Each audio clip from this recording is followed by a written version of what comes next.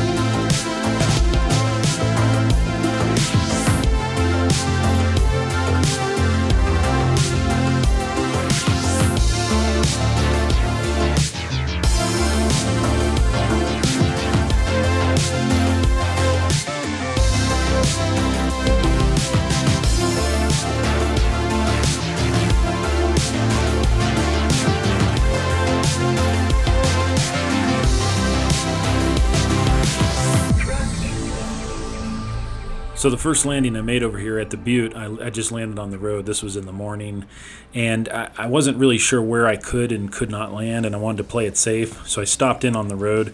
Later in the day, I figured out that you actually can land a lot closer to the butte, so I went over there in that evening and landed over there. I'm actually going to skip ahead and show you that part of the video now, just because it was really cool landing over by the butte. Unfortunately, my cameras were dead, so I don't actually have the landing, but you'll see what I'm talking about. It was really neat. And then after that, we'll come back and pick up where we left off here.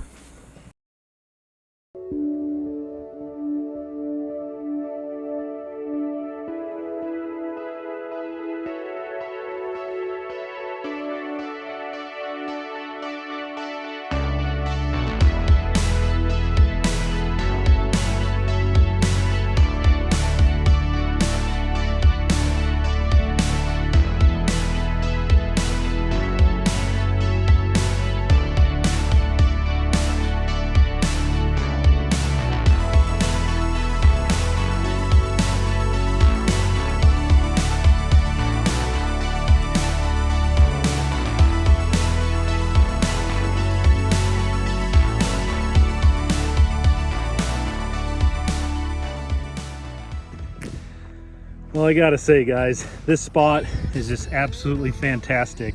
Landing was nothing real exciting. You can see my tracks right over here. Just a nice flat, slightly uphill spot with a little bit of a headwind, just a light breeze, so it's perfect. But yeah, this is amazing. I just walked way back and took a bunch of pictures, so hopefully one of those turns out. But that is just fantastic.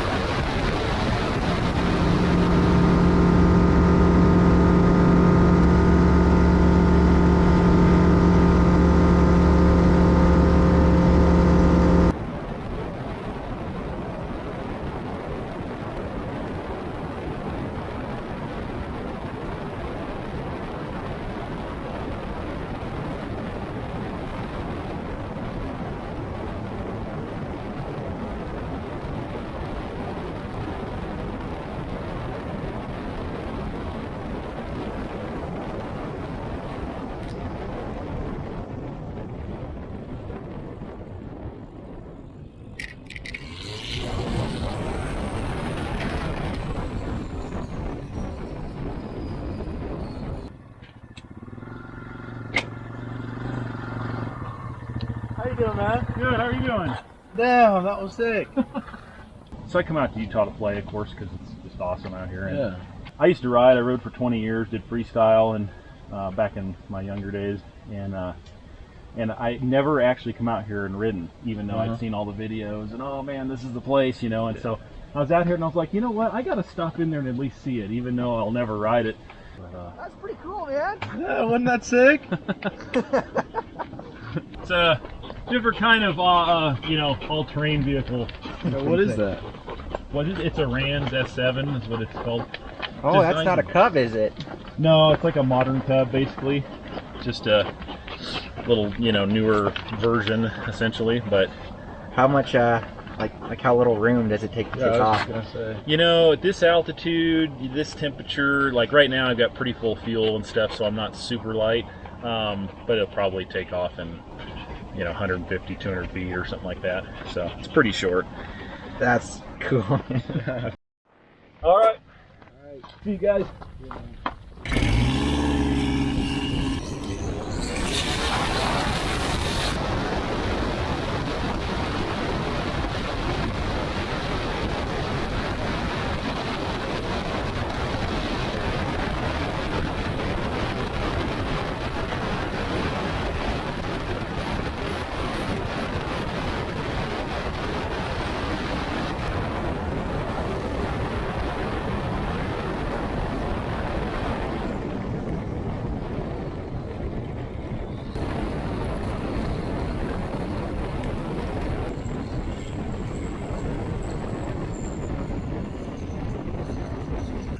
Sorry, there's a little bit of a breeze. I had a tailwind on landing.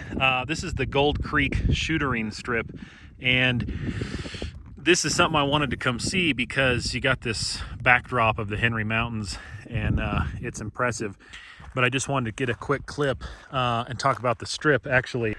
Yeah, so yeah, it's hard to see it from here, but it looked pretty rough coming in. So like I say, I would stick to where the yellow grass starts and on up. It's pretty rough beyond that. It looked really rocky, and there's like a big ditch running through it, and still wouldn't hit it with small tires. But you know, you got stuff like this in the strip randomly, so there's some things that you got to look out for. Just a fantastic view with those mountains right behind you. We're just right here in the foothills essentially, and very pretty, very nice. All right, so I got to tell you guys, I was over at Caneville, or more specifically Swing Arm City, where all the riding goes on, and I didn't film hardly any of this. I'm terrible when it comes to that. I'm terrible at putting cameras in people's faces, especially if I don't know them, which I think that's probably understandable, people I don't know. Anyway, met a handful of people that were super cool. Everybody there that came by that was riding loved it, which I thought they might. I mean, we're all kind of, this is just a dirt bike in the sky, so we're all doing similar things here. But yeah, they were loving it. I took one guy for a ride. He was absolutely just eating it up. I think it made his day, and that was awesome to be able to do that. And then he gave me some gas, which was cool. I would have paid him, and he's like, absolutely not. So I just thought that was really cool. So I got a cold bottle of water and some gas out of the deal, which was great. Because I am doing a long trek today, and so being able to throw a few gallons in just helps to make sure that won't be an issue. So thank you if you're watching this. And I met some other guys, met another guy there that was really interested in learning more about flying, so I gave him some resources, and he's going to get in touch with me and stuff, and maybe I can help him a little bit, kind of go down that path. And I just thought, you know, what a great deal. Got to stop there. People liked it. People are into aviation. A couple of those guys really seemed to be interested in going down a path like this at some point. So I think that's just neat, man. Got to stop there and have some fun, and get some people into flying potentially. So that alone made this a good day.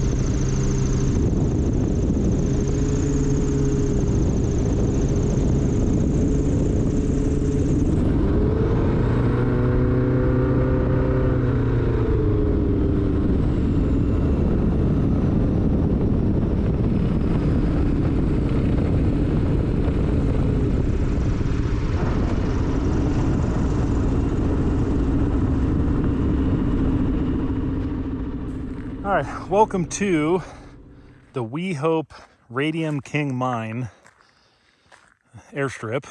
And there is, I guess, what's left of an old mine. So we're gonna walk down and check that out, see what's there.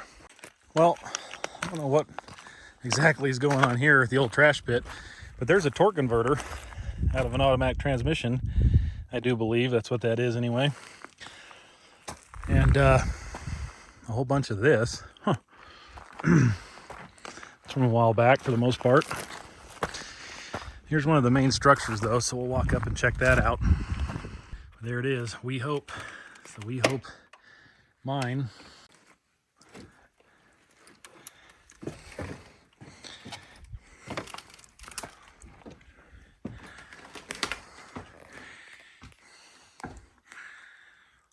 Wow. Well, there's that. That's pretty neat.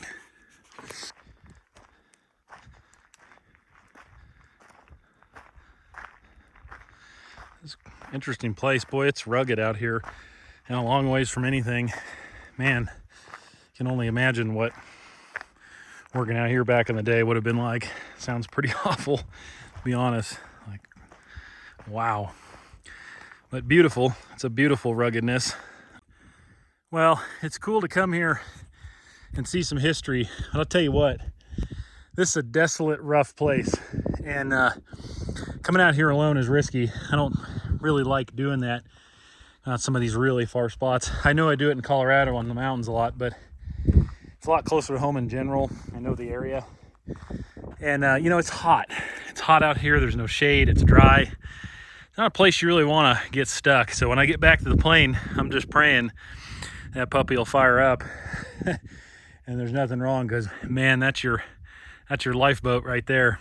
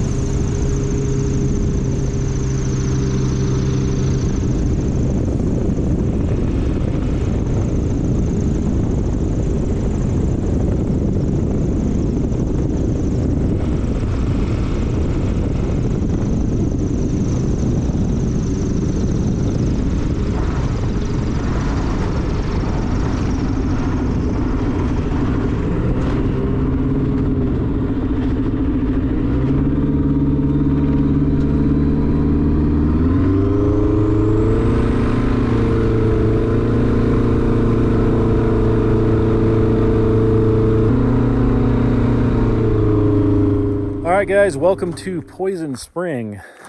Poison Spring is considered to be the roughest, most hazardous, or of the official strips, I guess, or something like that. But what makes this one challenging is, as you can see here, I'm parked on a downhill, and I was trying to get in on this spot, and I went a little long. Ground speed's a little high, landing in the heat of the day. Really not the best time to be doing this, but this section through here isn't super rough. It's not too bad, but then it gets lumpy down there, and you probably saw it. I caught a little air off one of the lumps. Wasn't a violent ride through that. With this gear and tires and shocks and everything, it makes it where it's not too bad. But in the wrong airplane, this would be terrible. And then it gets way worse. So I was trying to get her shut down quick because it gets way worse down there. And then on the far end, there's actually a section that looks decent again, but it's kind of downhill and you're right at the end. I wanted to do this one. If it was going to be rocky, I wasn't going to do it because rocks are just too good a chance of losing a tail wheel or breaking something. Lumpy, okay, I can feel that out. So I made a low pass and said, yeah, I can stuff it in there even though it is hot out and no help from the wind. Anyway, cool to do it. Probably will never come back. One thing about it though, I mean, there is an impressive canyon wall back here behind it. It is a rugged spot. And that's what makes it tricky, is you're carving that wall to come in here and land. I mean, I guess you could land the other way.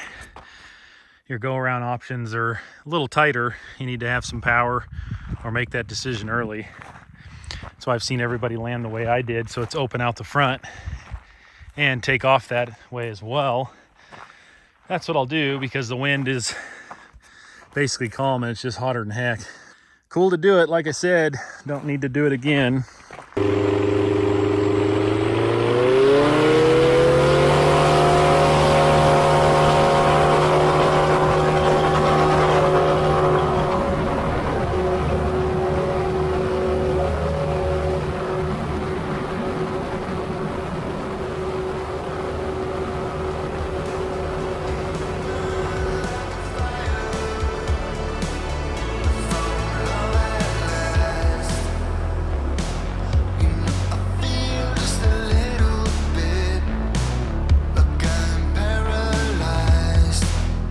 All right, guys, thanks for watching. I know that video got pretty long. Sorry about that. There was just a lot to try to pack in there, and I didn't want to leave too many things out. So got a little long, but hopefully enjoyed it, got something out of it. You know, Utah is just a fascinating place to fly. It's absolutely unbelievable. The terrain there, the landscape is just like being on another planet. And, you know, like where that Mars research facility was, I mean, it literally looks like Mars. So I guess I can see why they put it there. Anyway, thanks for watching the video, guys. Please subscribe. You know, everybody hates this part of the video, me included, but please subscribe. It'd help out a lot. You guys would do that. And Patrons, thank you guys very much for the direct support of the channel. One thing I've been doing for the Patreons is I do a lot of off-airport up here in Colorado, all over the mountains and stuff. And so I post screenshots of like the locations of where those spots are and some of those kinds of things. It's just a little perk for the Patreons. But Thank you, Patrons, for the help. It makes a big difference. You guys know the deal. Stick around. More to come. And yeah, I'll see you guys in the next one. Take care.